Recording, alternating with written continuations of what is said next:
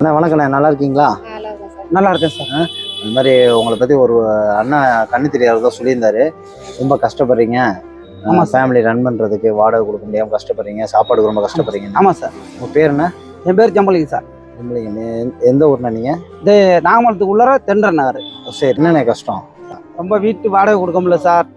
பிள்ளைங்க படிப்புக்கு note book வாங்கி தர முடியல. அன்னாடும் லைனுக்கு போனாதான் சார் நாங்களுக்கு சாப்பாடு. என்ன இப்போ லைனா சார்? இந்த கலெக்ஷன் பார்க்குறேன் சார். ட்ரெயினுக்கு போவோம், சிக்னல் போவோம் சார். பிள்ளைங்களை பார்த்து? ஆமாம் சார். இல்லை 4 பிள்ளைங்களுமே வளர்த்தேன். ஒரு பாப்பா கட்டி கொடுத்துட்டான்.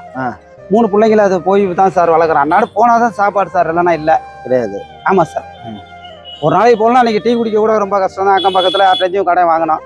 அங்கெல்லாம் போயிட்டு வந்து அந்த கடனை கொடுக்கணும் சார். ஓ, அதில் எவ்வளோ கிடைக்கும்? சிக்னல் போனோம்னா போலீஸ்காரங்க வரட்டாமல் இருந்தாங்கன்னா அது ஒரு 10-300 சம்பாதிக்கலாம் சார். ஒரு 300-200 கிடைக்கும். அதை வச்சு தான் குடும்பத்தை? ஆமாம் சார், அதை வச்சு தான் ஓட்டணும். இந்த திருப்பி 2வது காலேஜுக்கு ஃபீஸ் கட்ட முடியல. எவ்வளோ சொல்கிறாங்களோ தெரியல, கேட்டு சொல்கிறப்பான்ருக்கான். பாப்பா உங்கள் பேர்? ஸ்டாண்டர்ட் படிக்கிறீங்க? 8th ஸ்டாண்டர்டா? எந்த ஸ்கூலு? இப்போ உங்கள் வீட்டுக்காரர் போயிட்டு வந்தால் தான் காசு, இல்லைன்னா கிடையாது. எப்படிண்ணே சமாளிக்கிறீங்க? என்ன சார் வருது, அதை வச்சு தான் சமாளிக்கிறான். மாமியார் எல்லாம் அந்த இடத்த கையில் வாங்காம விட்டுட்டாங்க. அதெல்லாம் திரும்பி பராமரிக்க சொல்லி கவர்மெண்ட்ல வேலை பார்க்க சொல்லி ஒவ்வொரு சம காசு 75 ஏற்றி விட்டாங்க. சரி, போற நேரத்துல பிரச்சனை பண்ணாவும் எங்களுக்கு கொடுத்த இடத்த எங்களுக்கு கொடுங்க, எனக்கு வாரிசு இல்ல, நீங்க வெளியே கிளம்புங்கன்னு சொல்லிட்டாங்க. அதனால பிள்ளைங்க நாளையும் கூட்டிட்டு நாங்க தனியா வாடகை. ஒரு வாடகை வீட்டில் தான் இருக்கீங்க? ஆமா சார். வாடகை கொடுக்க முடியாம கஷ்டப்பட்டு ரொம்ப கஷ்டத்துல இருக்கு சார். அந்த காலத்துல எழுதி வாங்காம விட்டாங்க சார். ஒரு உடம்பு சரியில்லைன்னா என்ன பண்ணுவீங்க? கவர்மெண்ட் தான் பாத்துக்கணும், இல்லன்னா பக்கத்துல மெடிக்கல்ல. உடம்பு சரியில்லை வேலைக்கு போகலன்னா எப்படி சாப்பிடுவீங்க? மெடிக்கல்ல தான் சார் சொல்லி அக்கௌண்ட் சொல்லி வாங்கிக்குவோம் சார். ரொம்ப கேட்டாங்கன்னா கொடுப்பாங்க. அப்புறம் காசு இருக்கும்போது அவங்கள்ட்ட கொடுத்துருவோம். அவன் பார்வை இல்லாம போய் உழைச்சிட்டு வந்தா? ஆமா சார். அதுக்கு எனக்கு அப்பா அம்மா இல்ல, அவங்களுக்கு அப்பா அம்மா. அண்ணன் ஒரு ஆள். எங்க வீட்டுக்கார அம்மாளுக்கும் ப்ரெஷர், எனக்கும் ப்ரெஷர் இருக்கு சார். அதனால எங்க வீட்டுக்கார அம்மா கொஞ்சம் வெயில்ல போனாலும் அவங்களுக்கு அடிக்கடி மயக்கம் வந்துடும். அவங்களுக்கும் அடிக்கடி ஆஸ்பத்திரி செலவு தான் பார்த்துக்கிட்டு இருக்கேன் சார். நீங்க கவலைப்படாங்க, இங்கே பாருங்க. முதல்ல உங்களுக்கு நான் பணம் தரேன், நீங்கள் வாடகை அதை வச்சுட்டு இந்த மளிகை ஜாமான் தரேன். முதல்ல பிள்ளைங்களை நல்லா படிக்க வைங்க. பிள்ளைங்க படித்தாதான் அடுத்து உங்களோட வாழ்க்கை மாறுங்கிறது ஒரே ஒரு விஷயத்தில் மட்டும்தான். உங்கள் பிள்ளைங்க படித்து வந்தால் மட்டும்தான் மாறும், எந்த வகையிலையும் மாறாது. ஏன்னா அன்னைக்கு போனால் காசு, இல்லைன்னா காசு. ஆமாம் சார், அன்னைக்கு போனால் சாப்பாடு, இல்லைன்னா இல்லை சார்.